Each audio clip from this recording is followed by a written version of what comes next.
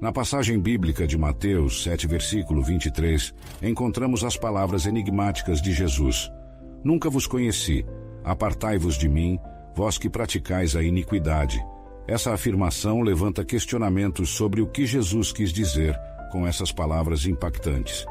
Ao examinarmos mais de perto, percebemos que há uma profundidade significativa nessa mensagem. Em sua célebre mensagem, o Sermão da Montanha, Jesus direcionou seu ensinamento aos corações de seus ouvintes, com seus discípulos sendo o público principal. Curiosamente, o Senhor, que conhece todas as coisas, parece reconhecer que há um tipo de conhecimento que vai além do intelectual. Ele se refere ao conhecimento ligado a relacionamentos pessoais. O sermão termina com uma advertência crucial sobre a verdadeira fé, apontando para a existência de falsos profetas cristãos. Jesus nos alerta sobre esses falsos profetas, que se disfarçam como ovelhas, mas internamente são lobos vorazes. Mateus 7, versículo 15. Eles podem utilizar uma linguagem religiosa e demonstrar aparente poder, mas não são verdadeiramente ligados ao Senhor. Essa distinção é crucial, pois revela que a genuína conexão com Deus transcende a aparência exterior. O cerne da questão reside não apenas em nosso conhecimento de Deus, mas no fato de Deus nos conhecer. A passagem destaca que ser conhecido por Deus é o fator decisivo. Aqueles que seguem a vontade de Deus e são reconhecidos por Ele serão acolhidos no reino dos céus. Aqui, percebemos a ênfase na reciprocidade do relacionamento. Paulo também aborda esse conceito, afirmando que quem ama a Deus é conhecido por Ele. A analogia do pastor e suas ovelhas ressalta esse relacionamento íntimo. Jesus se apresenta como o bom pastor, que conhece suas ovelhas e é conhecido por elas. Essa interação pessoal transcende a superficialidade e demonstra a verdadeira ligação espiritual. As palavras sombrias, "nunca vos conheci", ressoam com profundidade. Jesus não as profere por falta de conhecimento, mas sim devido ao conteúdo dos corações daqueles a quem ele se dirige.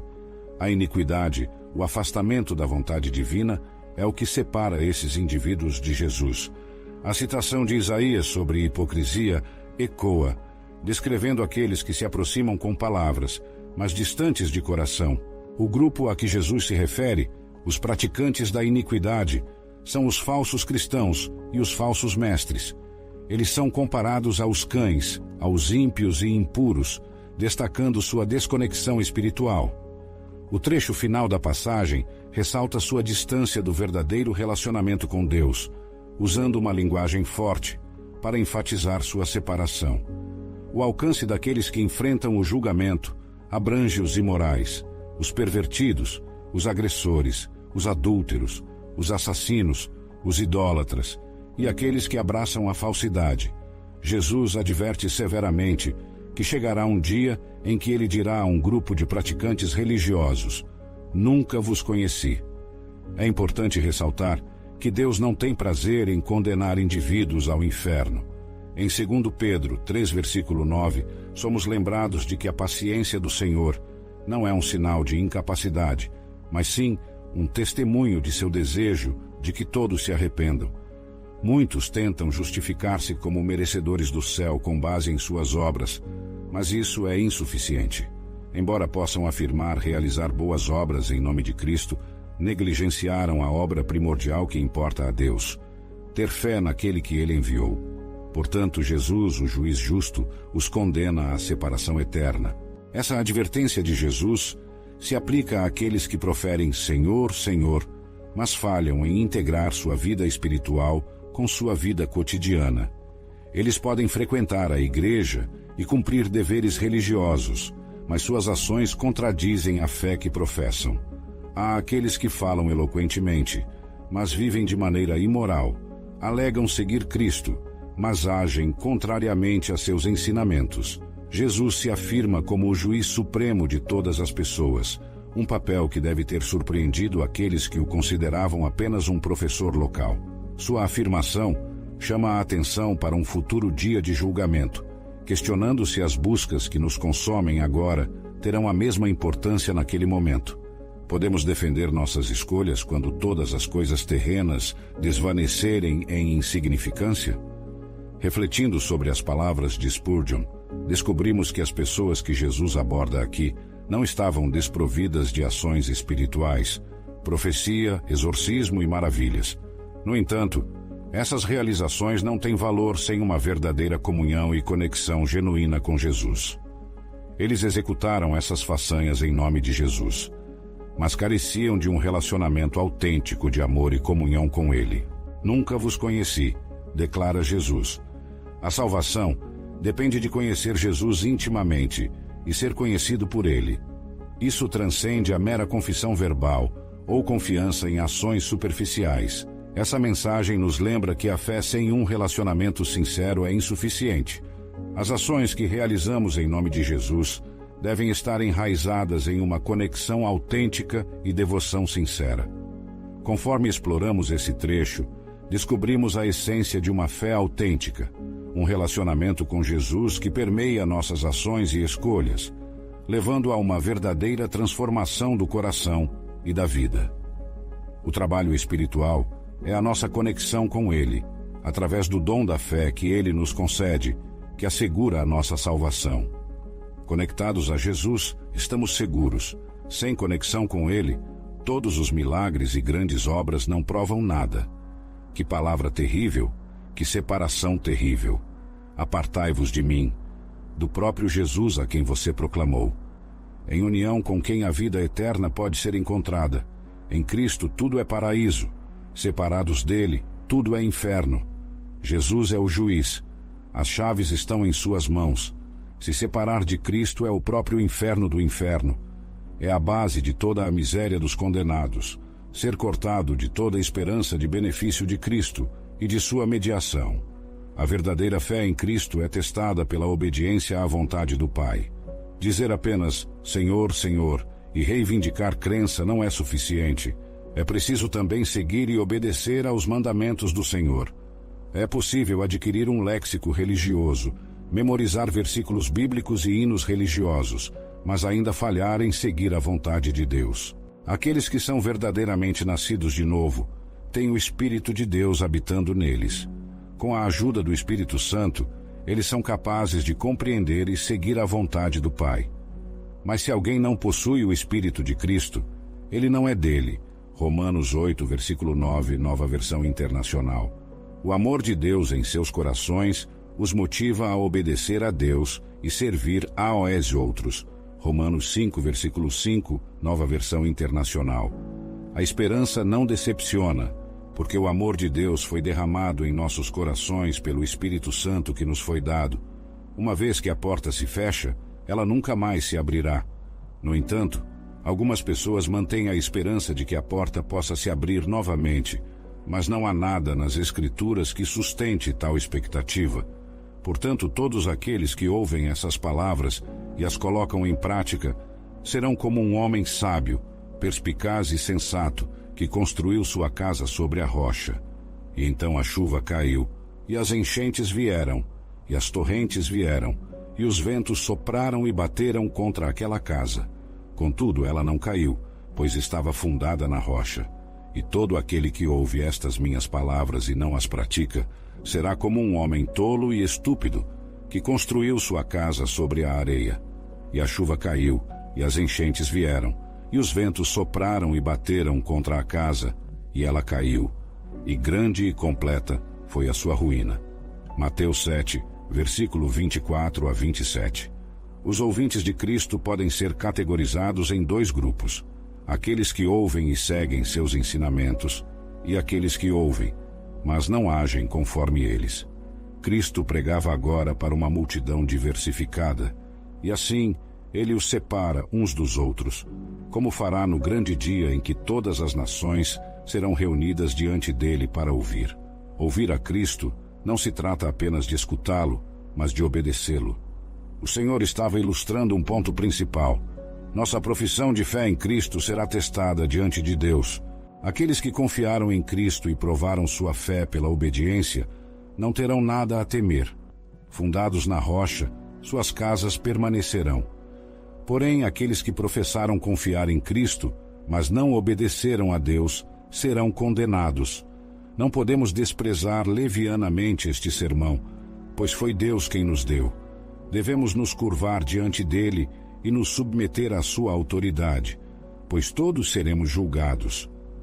Quando Jesus terminou de proferir essas palavras no monte, as multidões ficaram atônitas e sobrecarregadas com seu ensinamento, pois ele ensinava como alguém que tinha autoridade para ensinar inteiramente por sua própria vontade, e não como os escribas que dependiam de outros para confirmar sua autoridade.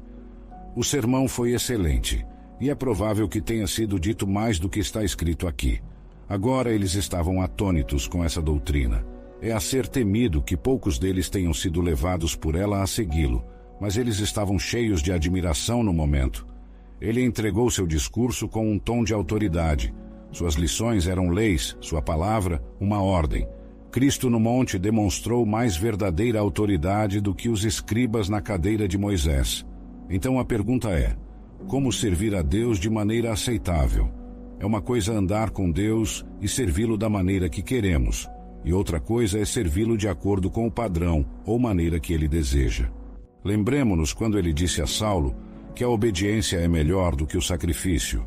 Isso significava que não podemos buscar servir a Deus nos nossos próprios termos, apenas alinhados com a sua vontade conhecida. É importante distinguir entre essas duas abordagens, porque muitas pessoas afirmaram veementemente que caminharam com Deus e fizeram a sua vontade, apenas para Deus dizer: apartai-vos de mim. Primeiro, venham com submissão reverente. A palavra de Deus nos dá uma visão profunda de como Jesus orava. Nós não estávamos lá para ver, mas graças a Deus pela Bíblia. Em Hebreus 5, versículo 7, nos é dito que, nos dias de sua vida terrena, Jesus apresentou petições específicas e súplicas urgentes pelo que ele precisava, com clamores e lágrimas fervorosas para aquele que sempre poderia salvá-lo da morte. E ele foi ouvido por causa de sua submissão reverente a Deus, sua ausência de pecado e sua determinação infalível em cumprir a vontade do Pai. Sabemos porque Deus sempre ouve as orações de seu Filho. Diz que Jesus foi ouvido por causa de sua submissão reverente. Como mostramos essa submissão reverente? Hebreus 5, versículo 7, refere-se ao momento em que Jesus orou no jardim do Getsêmani. E a descrição do que aconteceu naquela ocasião é um exemplo disso. Submissão reverente, portanto, consiste em dizer ao Pai: não seja como eu quero, mas como tu queres, que a tua vontade seja feita. Consiste em renunciar à nossa própria vontade e aceitar a vontade de Deus. Jesus nos deu uma oração para usar como padrão, é claro, é o que chamamos de oração do Senhor. Nessa oração, ele incluiu esse princípio. Ele nos ensinou a orar: venha o teu reino, seja feita a tua vontade, assim na terra como no céu. Quando você se aproxima de Deus, você precisa dizer: faça-se a tua vontade. Essas palavras simples significam que você está dizendo: se a minha vontade não estiver alinhada com a tua, então eu deixo de lado a minha vontade. Você está dizendo: quando as nossas duas vontades entrarem em conflito, deixe a tua prevalecer. Segundo, seja genuinamente dedicado a Deus. Dedicação fala de um compromisso do coração, que não é facilmente desfeito ou desencorajado. Segundo Crônicas 15, versículo 14 a 15. Além disso, eles fizeram um juramento ao Senhor com voz alta, com trombetas de alegria e com chifres. Toda Judá se regozijou com relação ao juramento, pois eles haviam jurado de todo o coração e o buscaram sinceramente, e deixem-nos encontrar Deus. Assim, o Senhor lhes deu descanso de todos os lados. É essencial observar que eles obtiveram descanso após uma dedicação genuína a Deus. Da mesma forma, podemos encontrar verdadeiro descanso quando escolhemos ser verdadeiramente dedicados a Deus. Quando estamos realmente dedicados a Deus, naturalmente desfrutamos da sua proteção, e esse compromisso total de coração lhe agrada. Quando somos verdadeiramente dedicados, é apenas natural carregar sua presença e, portanto, testemunhar suas manifestações sobrenaturais. A verdade é que algumas pessoas que são chamadas pelo nome de Deus, por estarem frequentemente na sua casa, têm corações tão distantes do Deus vivo. Número 3. Devemos ser sacrificiais em nossa caminhada e trabalho com Deus. A mordomia para Deus exige um certo nível de sacrifício, pois às vezes a obediência pode ser inconveniente para a nossa carne, embora seja necessária para andarmos nas bênçãos de Deus ao longo do caminho. O sacrifício normalmente envolve nosso tempo, habilidade, energia e recursos para ver que o reino de Deus avança na terra.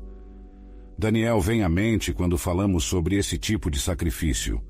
Ele abandonou sua posição confortável como um dos principais conselheiros do rei e arriscou sua vida apenas para permanecer dedicado a Deus em oração. Ele desafiou a ordem do rei porque estava disposto a sacrificar tudo pelo prazer do rei a quem servia. Abraão também sabia o que era servir a Deus de maneira sacrificial. Oremos